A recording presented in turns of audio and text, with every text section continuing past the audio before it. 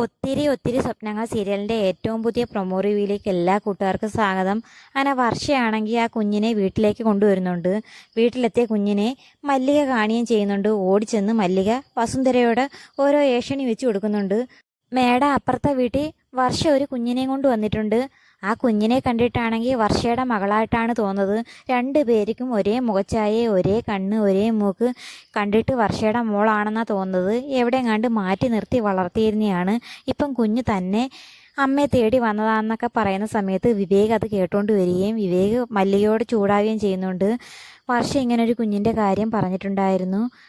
ആരോ എവിടെ പൂട്ടിയിട്ട് വളർത്തുന്ന കുഞ്ഞിനെ പറ്റി അവൾ എന്നോട് പറഞ്ഞിട്ടുണ്ടായിരുന്നു.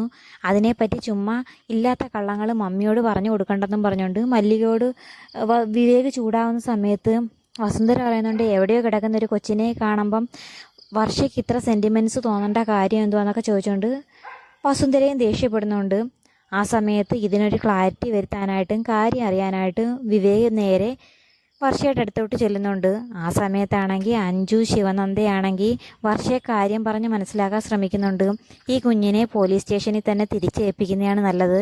അയാളുമായിട്ട് യാതൊരു ബന്ധവുമില്ല, അയാളെ മുന്നേ കണ്ടിട്ടില്ല. ഇതുപോലുള്ള എല്ലാ കാര്യവും തുറന്നു പറയുന്നതാണ് നല്ലത്. അല്ലെങ്കിൽ നിൻ്റെ ഭാവി ജീവിതത്തിന് ഈ കുഞ്ഞൊരു തടസ്സമാവും.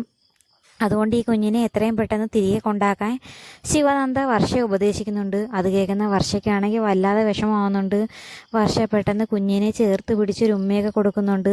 ആ സമയത്ത് വിവേക് വന്നിട്ട് പറയുന്നുണ്ട്, മമ്മിയാണെങ്കിൽ ഒരു വിധത്തിൽ വിവാഹത്തിന് സമ്മതിക്കുന്നില്ല. എങ്ങനെയെങ്കിലും എൻഗേജ്മെൻറ്റ് റെഡിയായ സമയത്ത് താനിപ്പോൾ ഈ കുഞ്ഞിനെയും കൊണ്ട് വന്നത് നമ്മുടെ വിവാഹം മുടങ്ങാൻ കാരണമാവത്തില്ലയോ എന്ന് ചോദിക്കുന്ന സമയത്ത് വർഷയാണെങ്കിൽ വിവേകിൻ്റെ വാ പൊത്തി പിടിക്കുന്നുണ്ട്. എന്നിട്ട് ഈ കുഞ്ഞ് കാരണം നമ്മുടെ വിവാഹം ഒരിക്കലും മുടങ്ങില്ല.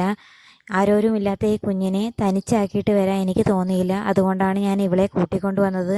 ഇവൾക്ക് വേറെ ആരുമില്ല, നമ്മുടെ കൂടെ ഇവിടെ നിന്നോട്ടെ. അവളുടെ അച്ഛൻ വന്നു കഴിയുമ്പോൾ അവളെ തിരികെ കൊണ്ടുപോയില്ലേ, മമ്മിയെ പറഞ്ഞ് എങ്ങനെയെങ്കിലും കാര്യങ്ങൾ മനസ്സിലാക്കാമെന്നൊക്കെ പറഞ്ഞ് വർഷ വിവേകിനെ സമാധാനിപ്പിക്കുന്നുണ്ട്. ആ സമയത്ത് കുഞ്ഞിൻ്റെ സ്നേഹം കാണുമ്പം വിവേകിനും മനസ്സലിയുന്നുണ്ട്. അങ്ങനെ രണ്ടുപേരും ചേർന്ന് എങ്ങനെയെങ്കിലും വസുന്ധരയെ കാര്യം പറഞ്ഞ് മനസ്സിലാക്കാനാണ് ശ്രമിക്കുന്നത്. അതുപോലെ തന്നെ കൂട്ടുകാരെയും കാര്യം പറഞ്ഞ് മനസ്സിലാക്കുന്നുണ്ട്.